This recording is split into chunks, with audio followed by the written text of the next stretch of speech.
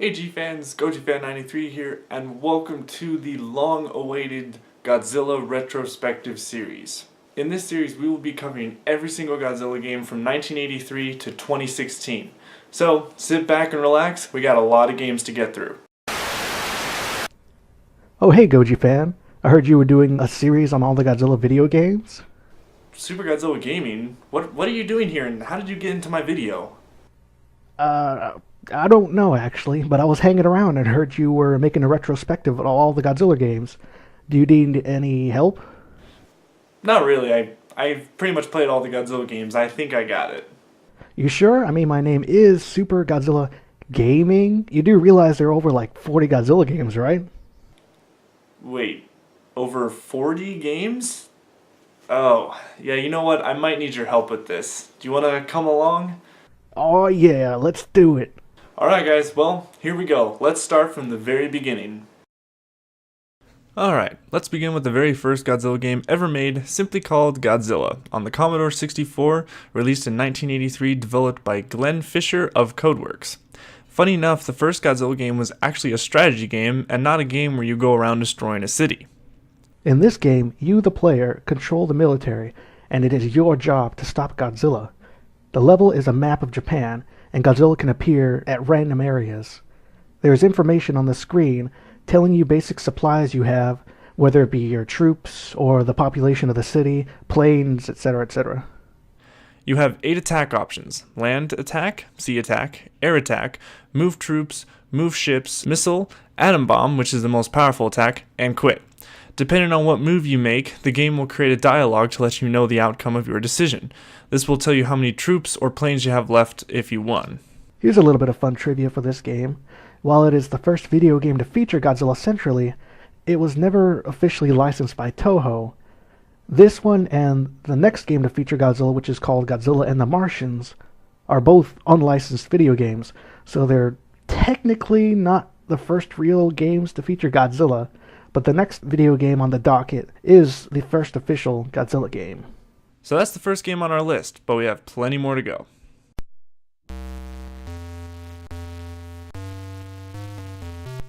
Next on our journey is technically the first licensed Godzilla video game. Godzilla vs. Three Major Monsters is a game made by Bandai on the MSX, released in 1984. The game features 5 monsters from the Godzilla franchise: Godzilla, Megalon, Kumonga, King Ghidorah, and Manila. Now, because the MSX was very limited with what you can do with the game, Godzilla only has one attack, which is his atomic breath. The basics of the game is to take out the enemy monsters without having them touch you, getting hit by their enemy attacks, or falling into holes that Megalon creates in the ground. Interestingly enough, there is a 2-player option, but it's kind of like the old NES Super Mario style of co-op. The next game is a weird one, and one game that you might all know. Gojira-kun is a game made on the MSX, released in 1985. Now, funny enough, this game was ported to the Game Boy, but we will get to that later. Gojira-kun's gameplay is very odd for a Godzilla game. You play as a chibi version of Godzilla, and you must avoid the enemies by climbing vines and punching rocks from your mouth. Yes, you form a giant fist and punch rocks out of your mouth. Definitely one of the weirder games, but like I said, more of this game will come later. The next game in our retrospective does not have a lot of info on it. I mean, heck, even on Wikizilla it doesn't have much info. From what Wikizilla can tell us, it's a game developed for the FM7 and X1 PC, released in 1985. The player is Godzilla, and in this game, it does appear you walk around destroying things and fighting the military. That's pretty much it. There's not too much info on this obscurity.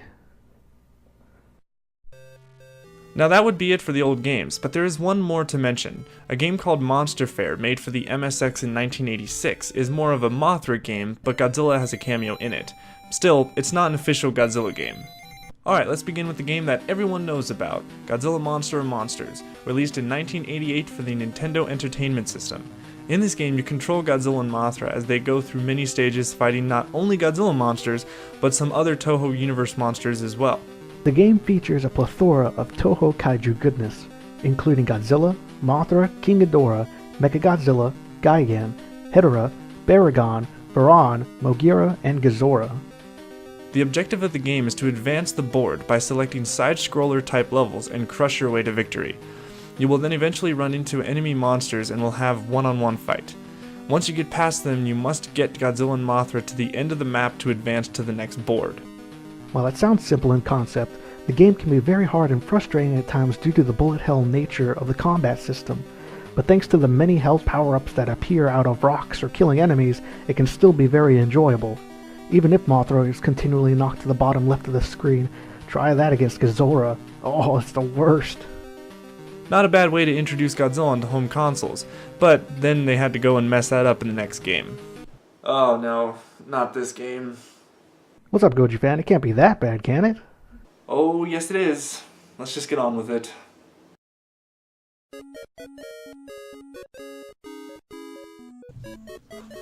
Godzilla 2 War of the Monsters was developed for NES in 1991, but was never released in Japan. Oh gee, I wonder why. Here we have another strategy game where you don't play as Godzilla, but as the military trying to stop him. Kind of like the first Godzilla game on Commodore 64.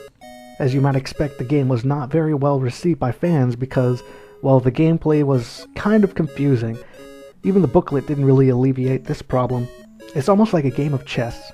You have to move military forces to fight monsters, have them retreat so they aren't destroyed, and just keep doing that pattern for whatever monsters you encounter. It's a bit of a slog. Even Wikizilla doesn't have an explanation on how the gameplay mechanics work. Let's move on. Okay, before we continue, there is another game that Godzilla had a cameo in, but unfortunately we could not find any footage of it. But in the game Circus Caper, Godzilla shows up somehow and helps the player do something. Yeah. Okay, next on our list is the infamous Super Nintendo classic, Super Godzilla, released in 1993. Super Godzilla Gaming, you want to take it from here? Oh, gladly, this game is my jam. So, Super Godzilla is not a traditional type of Godzilla game of destroying cities. Instead, it's kind of like the opposite. You guide Godzilla through the city to get to your objectives. The story in a nutshell is something like out of an old school movie. Aliens are invading the Earth, and it's up to you as the military to guide Godzilla to the enemy so he can save the world. The game is sort of split into two screens. The top screen shows Godzilla walking through the city, destroying whatever is in his path. The bottom screen is the guide, where you, the player, move the little blue ball, which is Godzilla, and your ultimate goal is to move towards the pink ball, which is the enemy monster. Along the way, you can stomp on enemy tanks that keep shooting at you from a distance, and you can get energy by running into the power plants that humans have set up for you. Now that's the first game mechanic. The second part of the game is the combat system. It's not really a fighter, but it's kind of like a game of cat and mouse to see who lands a first hit. What you have to do is walk up to a boss, hit them, walk backwards, and then select the attack you want to use on the bottom part of the screen. It's a little bit awkward at first, but it can get pretty intense in the later stages. Thankfully, the first boss, King Ghidorah, doesn't have many little gimmicks to worry about, but as the story progresses, bosses become increasingly more difficult. Some of them may be immune to your atomic breath, or may be immune to your body slams, so you have to pay very close attention. And depending on your fighting spirit, you will get either weak attacks or really strong attacks. But perhaps the most well-known aspect of this game is how it introduced two new monsters. Super Godzilla, the titular monster of the game, and the final boss, Bagan, a monster that was scrapped from many Godzilla and Toho films. Nicely said. Time to move on to the next game. The next game is the first official great fighting Godzilla game, Godzilla Battle Legends, made for the Turbo Duo in 1993, developed by Alpha Systems and published by Hudson Soft in the States. This game is definitely one of the best 2D fighting Godzilla games out there. The game has a plethora of monsters to play, as well as having great visuals and music. What's really cool about this game is that it features many different incarnations of Godzilla throughout his movie history. The game is structured more like a traditional fighting game than anything we have talked about so far, which is a real treat. Unfortunately, there's not much else to really say about it, but it's still a solid Godzilla game and worth checking out. Now we have the sequel to Battle Legends, released in 1994 on the Super Famicom. There was supposed to be an American version called Godzilla Destroy All Monsters, not to be confused with the game on GameCube. It was cancelled for American audiences. The game does not really feel like a sequel, as more of a step backwards from what Battle Legends had. It has fewer characters and it's way harder than Battle Legends. Still, the game has very tight controls and plenty of moves for the monsters to use. It is very fun to play against friends, but be warned that the AI is unforgiving in this sequel. Well, that's all for the 8 to 16-bit games, but before we go, we have another game Godzilla was in. In the game Battle Soccer for the Super Famicom, Godzilla has a cameo. The game is mainly a tokusatsu crossover with Ultraman, Kamen Rider, Gundam, and Godzilla. To start, do you guys remember that Gojira-kun game in our first episode? Well, this is the sequel/port of that game onto the original Game Boy in 1990. The game still has the same goal of dodging enemies and dropping boulders onto them. What's funny is the plot of the game. In the Japanese version, the monsters captured Godzilla's girlfriend, named Vegeta, and Godzilla has to rescue her all Super Mario Bros. Style. Well, without the platforming element and more punching rocks. And by punching, I mean a fist coming out of Godzilla's mouth. Yes, that's still a thing. But in the American version, it's roughly the same plot, just replace Godzilla's girlfriend Vegeta with Minya. Okay, next is what I like to call the handheld equivalent to Godzilla on NES. I say that because it has the same side-scrolling style as Godzilla NES, but the game does move a lot slower, and it's not as fun. The game was released in 1993, developed by Bandai, and was only released in Japan. The game does have many monsters from Godzilla's history, like Batra, Mothra, Hedorah, Megalon, and even some less popular monsters like Gabra and Gorosaurus. Not too bad for a monster roster. Next we have Godzilla Giant Monster March, released in 1995 for the Sega Game Gear. This game has an interesting gameplay style. Once again, it's not necessarily running around destroying buildings, as it has the strategy gameplay style to it. Seriously, what's with Godzilla games in the strategy genre? When the game begins, the player has two choices to pick from. You can either play as Godzilla himself or the military. If you choose Godzilla, you must destroy buildings and other kaiju on each level. If you choose the military, your job is to obviously fight off Godzilla and other kaiju. The fighting mechanic comes into play when both monster and military are in the same spot. Then the game turns into a battle mode similar to a 2D fighter. Now we move to the Godzilla 1998 movie tie-in games. Well, actually, to be more specific, the animated series. There were two games on the Game Boy Color, Godzilla the Series and Godzilla the Series Monster Wars. Do you want to say anything, Super G? It's alright, Goji. You can do this one. Ah, damn. Okay, well, the game is a 2D side-scroller where you play as Zilla Jr., fighting off the military. In the game, you don't really control Zilla's movement. You mostly just aim the cursor to blow up the military. Long story short, it's not that fun. Next, please. Okay, let's move on to our last two games for the episode, and these are some good ones. Next we have Godzilla Domination for the Game Boy Advance, released in 2002 as a handheld counterpart to Godzilla Destroy All Monsters Melee on GameCube and Xbox. This game has fantastic visuals, music, and controls. It plays similar to King of the Monsters, so it's definitely one of the best fighting Godzilla games out there. Heck, it might even be the best Godzilla handheld game to date. Couldn't have said it better myself. Well, actually I did, because I wrote the script. Last we have Godzilla Unleashed Double Smash, released in 2007 as the handheld counterpart to Godzilla Unleashed on the Wii and PS2. Now, some people might not like this game, and we can see why, but I do enjoy this game in small bursts. Yeah, despite the very blocky visuals, the game does have a certain charm to it. With the stylized look and very funky music, this game is a hidden gem. The gameplay can be fun and addicting, and the boss fights are really awesome. This is another 2D game similar to Godzilla NES, where you can choose between two monsters to play through the campaign.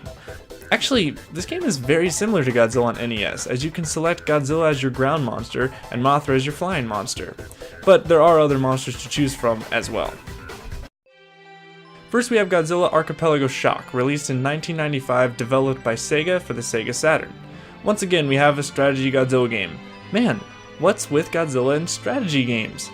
Anyways, SGG, mind explaining how the game works? Oh, sure thing, Gojifan. It's pretty straightforward. You as the player control the military, so your goal is to direct your tank and military equipment on a 3D isometric playing field to attack Godzilla. When you attack Godzilla or take damage from him, your health points degrade until you or Godzilla is defeated. Think of it kind of like a spiritual sequel or remake of Godzilla 2 on the NES. Now technically this game isn't fully 3D because the characters are sprites in a 2D style, but it's the overall look and the isometric design which gives the game more depth. This game is definitely one of the more interesting Godzilla games. Alright, now this is the first main step into 3D for Godzilla. Godzilla Generations is a Dreamcast game released in 1998. The game is super simple and very fun. Finally, the first Godzilla game to actually have Godzilla do what he's known for: destroying stuff. The goal of this game is to destroy as much of the map as possible in the amount of time you have given. The controls feel a bit dated and tank-like, but hey, it makes you feel like a giant monster. You also have special moves you can do, like shoot Godzilla's atomic breath, and then charge it up for his red beam for more damage.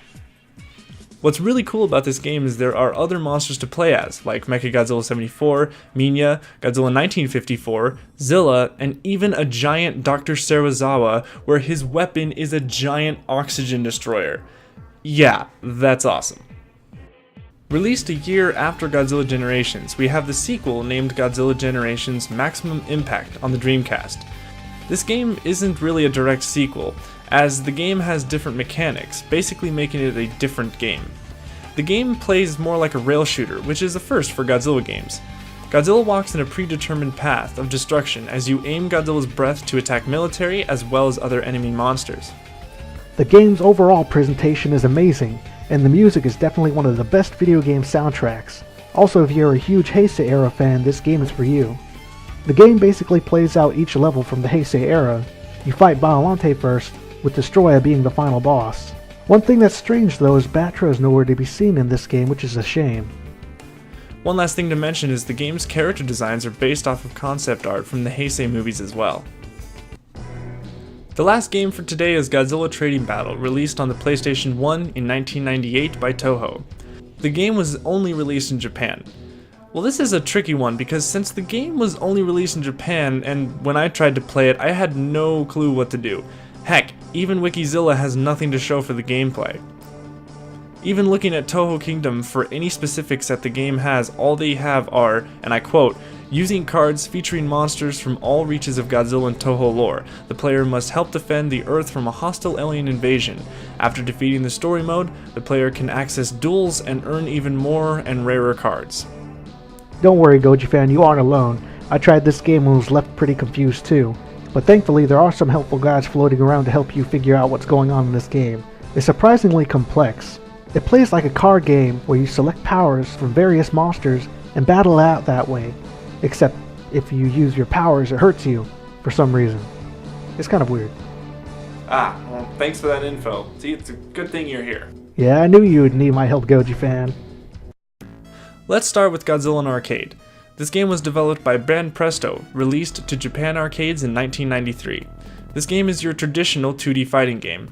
I believe that this game didn't do too well because released in the same year was Godzilla Battle Legends, which was a lot faster paced, but that's just my thought. Next we have Godzilla Heart-Pounding Monster Island, released in 1995 for the Sega Pico. Citing from Wikizilla's page on this game, it states, the game consists of multiple pages, which act as hub levels. Each page contains multiple kaiju, which can be clicked on and interacted with. This causes some kaiju to perform different animations, while with some kaiju it can activate minigames. The player is in control of Godzilla. Released along with Godzilla 1998, there was an online multiplayer game to tie in with the movie. There isn't much listed about this game, but supposedly it's an online multiplayer survival game that takes place after the events of the movie, where New York has been overrun by baby Godzillas. You as the player would assume the role as a soldier, and it's up to you to stop the baby Godzillas. Not a bad idea actually. Too bad this game is dead. Oh well. Next we have Godzilla Movie Studio Tour, released in 1998 on PC. I have no experience with the game, but SGG, you made a couple gameplay videos, so what's this game about? Oh sure. Godzilla Movie Studio Tour is an interactive game developed by Premier Systems in 1998. Basically the game is a database on info from the Godzilla movies. Really it's just a collection of Godzilla clips and concepts as you go through the tour. You can even print out items in the shop, which doesn't really work anymore, but it's the thought that counts. so it barely counts as a game, which is why it's in this episode. Next is one of the cooler games. Titled the CR Godzilla 3 ST Battle, this game is a pachinko game. What's a pachinko machine? It's a type of mechanical game originating in Japan and is used both as a form of recreational arcade game and much more frequently as a gambling device. This game was one of the first of many pachinko Godzilla games that we will get to next. This one in particular is notable to mention because it features new Godzilla tokusatsu film footage since 2004. The game was developed by Nugent and was released in 2006. Here we have another pachinko Godzilla game. This one is titled Godzilla Patchy Slot Wars, I believe that's how you say it, released in 2007, developed by Sammy as a Patchy Slot unit. This game is similar to the other pachinko machine games. One more pachinko game we have for you is CR Godzilla Descent of the Destruction God, released in 2010, developed by Nugent. This was the sequel to the first CR Godzilla game from 2006. Next, we have Godzilla on Monster Island. No, not the movie, the slot machine. I have actually had experience playing this at Las Vegas, and it's confusing, but it's still cool to see a Godzilla slot machine in America. Not much else to say on this one. Now, I don't know if this even counts as anything, but thought I'd slip it into this episode. Godzilla Crisis Defense was a game released in 2014 as one of the many movie tie-in games.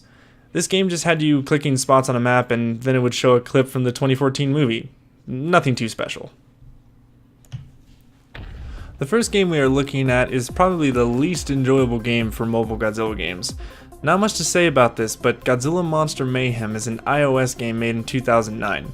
The game consists of you playing as Godzilla fighting King Ghidorah. That's it. Nothing else is in this game. So yeah, not much to say about this one. Okay, now this is one of the more interesting Godzilla games. Godzilla Strike Zone is a mobile/PC game that came out as a movie tie-in game for Godzilla 2014. The game first came out on iOS and Android, but then was made available as a browser game for computers. The gameplay is super interesting, as it's the first FPS Godzilla game. The game takes place as the Halo Jumpers drop down into the city, and it's up to you to survive Godzilla's reign of destruction. It's very short, but for what it is, it can be pretty awesome. It's too bad it wasn't made into a high-budget console game. Okay, next we have Godzilla Smash 3. Now you guys know how I feel about this game, but we're not here to review each game, just to go over them. Godzilla Smash 3 is also another Godzilla 2014 tie-in game. The game is a puzzle game and plays like Candy Crush. You don't really control Godzilla. How you attack enemies is by connecting the most amount of the same colored items on the screen. The more items you can stack up, the more powerful attack you can dish out. At the very least, the game can be a fun time waster. One little mention of the next game is Godzilla X Monster Strike. Now this isn't an official Godzilla game, just another cameo. What Monster Strike is, it's an RPG game. It was released in 2014 for iOS and Android. The last game we'll be talking about today is Godzilla Kaiju Collection. Now this game I only played a bit, but I know you SGG played much of it, so I'll let you explain. Godzilla Kaiju Collection is a Japanese-only mobile game for iOS and Android devices released in 2015. It contains a massive roster of monsters, the biggest to date, and was consistently updated for over a year. Now while this was only released for Japan devices, you could still get it in the States by various means, but unfortunately the game ended its service on April 21st of 2016 and is no longer playable, or downloadable for that matter. Still, as basic as the game was, it was fun, and it acted kind of like a strategy RPG game, where you could play as either Godzilla monsters or military forces if you so chose. First we have probably the best co-op Godzilla fan game ever. Godzilla Ultraman Gamera is a fan-made game that first came out in 2011, and since then has been making updates till this very day. The game is a fantastic beat-em-up style like Streets of Rage. The game features a variety of monsters to play as, and it's a huge joy. Now, one of the best things about this game is the co-op. You can enjoy this game with up to 3 friends throughout the whole adventure. It gets extremely hectic watching everybody on screen fighting various monsters and working together to reach the end of the stage. Next we have probably the most known Godzilla fan game, Godzilla Daikaiju Battle Royale. This game is a browser-based fighting game with a huge roster of characters, and I mean huge. Seriously, like every kaiju in Toho's universe is here, including different versions of the monsters. Godzilla Kaiju Battle Royale has been around since 2012 and takes a huge influence from the NES game Godzilla Monster of Monsters. And like the previously mentioned game, it receives updates to this very day, introducing new monsters, new stages, and new music.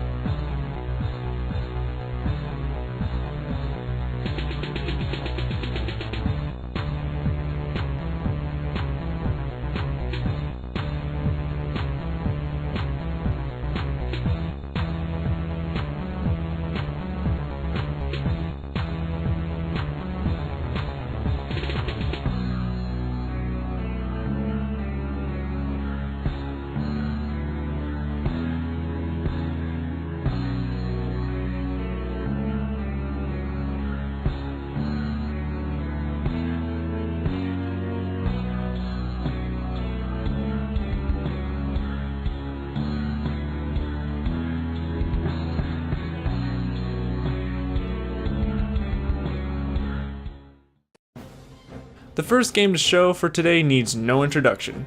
Godzilla Destroy All Monsters Melee is a full 3D fighting game released in 2002 for the GameCube, developed by Pipeworks and published by Atari. The game was then later ported to 2003 for the original Xbox. This was the very first Godzilla game I ever played, and it is truly one of the best G games to exist. The game's story involves a new kind of alien enemy to the Godzilla mythos named the Vortak. They send a transmission to Earth, telling that they have control of Earth's monsters, and that we surrender to them or else they will destroy humanity with the monsters. It's up to you to stop the Vortak from taking over the planet by doing what monsters know best, fighting one another. The game has 11 monsters to play as, 12 for the Xbox version, as Kiryu is a exclusive character to the Xbox. You can unlock monsters by playing the single-player campaign and beating Mechagodzilla 2 at the end. You can also unlock a large variety of stages to play on, as well as changing the stages to a day or night style. Other things to collect are gallery items that you can unlock during the campaign.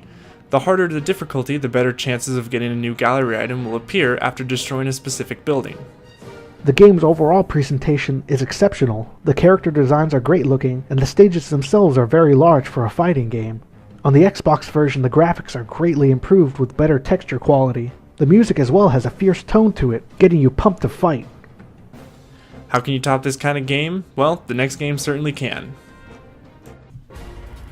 Celebrating Godzilla's 50th anniversary was a big deal for Toho, with a movie, merchandise, and of course an amazing video game.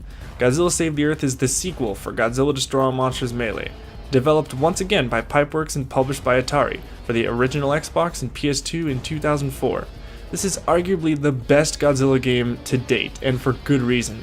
The story involves the return of the Vortak, only this time by their queen, Vorticious. They want to steal the G-cells using their ultimate weapon, Space Godzilla. Same thing as before, pick your monster and start beating up the enemy kaiju. During the game's campaign, you can pick up G-cells to earn extra points. At the end of the campaign, if you beat the game on a harder difficulty, you fight Space Godzilla, and after winning, you blast him into a black hole. Things are a bit different for unlocking in this game. A new addition is challenges. These mini-games make the player do specific types of games to earn points, like playing basketball, shooting UFOs from the sky, and even fighting Orga's 3 forms. Instead of just beating the campaign to unlock monsters for destroying buildings to get gallery items, you must earn enough points and buy them in the shop screen. Everything has doubled in this game. There are a total of 18 monsters to play as well as a huge amount of gallery items, including concept art from Godzilla Final Wars. The game also supported online play, making it the first Godzilla game with this ability. Unfortunately, since the original Xbox's servers were shut down, you can no longer play online. It is still possible to play online with the PS2 version though. Last in the Atari trilogy, we have Godzilla Unleashed for the Wii and PS2, developed by Pipeworks and published by Atari. This would be the last Godzilla game developed by Pipeworks. Once again, the game tried to top itself by adding a lot more stuff.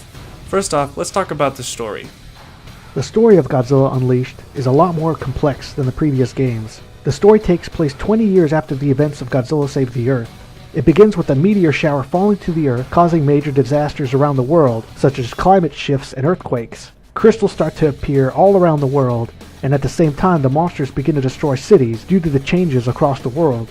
The Vortak return as well and use the crystals to their advantage to try and take over the Earth. Towards the end of the game, it is revealed Space Godzilla is behind the crystal calamity, as he was trying to escape the alternate dimension he was thrown into in the last game. As you can probably tell, the game's plot is way more complex than the previous two games. Along with the game's plot, there are once again many changes to the style. For one, the controls have shifted to a motion control for the Wii version. The PS2 version remains the same style from Save the Earth. You now have to swing the Wiimote and nunchuck to perform attacks and special moves. There's also a new mechanic of absorbing the crystals around the map, and once you absorb too much, you hit critical mass, which basically makes your character faster and stronger. When it comes to the monster roster, there is now a total of 26 playable monsters for the Wii version and only 20 for the PS2 version. There was originally supposed to be a PSP version of the game, but that was scrapped in favor of the PS2 version. Next we have the latest Godzilla game, simply titled Godzilla, aka Godzilla vs. Developed by Natsumi Atari and published by Bandai Namco for the PS3 in 2014, and then later being ported to the PS4 in 2015. This game is not a fighting game, and goes back to the style that Godzilla Generations did, where you walk around methodically destroying everything in your path. The plot is similar to an average Godzilla flick of the military fighting off Godzilla's rampage. The game has a couple of modes, first being God of Destruction mode, which is the campaign, King of Kaiju mode, which pits you against 6 randomly selected monsters, and Diorama mode, which allows you to make cool looking screenshots of minifigures based on the monster models. In the game, the goal is to destroy generators. Once all the generators are destroyed in an area, the level is complete. You also grow as you absorb G energy. You start the game at 50 meters, but then can grow up to sometimes over 100 meters. The more you grow, the more powerful you become. The game also has a secret ending if you manage to grow to 100 meters in the campaign, depending on which kaiju you play as. If you're playing as Hasty Godzilla, you transform into Burning Godzilla and fight the 2014 version of Godzilla. Once you beat him, Burning Godzilla is frozen. Then Mechagodzilla or Kiryu, depending on who you fought previously, grabs you and slam dunks you into the ocean Godzilla x Mechagodzilla style. The game does have unlockables, and a good amount of it. You can unlock monsters by fighting them in the campaign, and you can also upgrade them in the evolution mode to make your character stronger. This comes in handy for the multiplayer mode. Yes, this game does have a multiplayer mode where you can fight other players online, but unfortunately it was implemented very late in development, and as a result it's very unbalanced due to the upgrade system. This is the latest Godzilla game to have been released. Now before we end it, there is one more cameo Godzilla managed to get himself into. In the game Ace Combat Infinity, there was a collaboration between Godzilla vs. and Ace Combat to have Godzilla appear in one of the levels you fight in.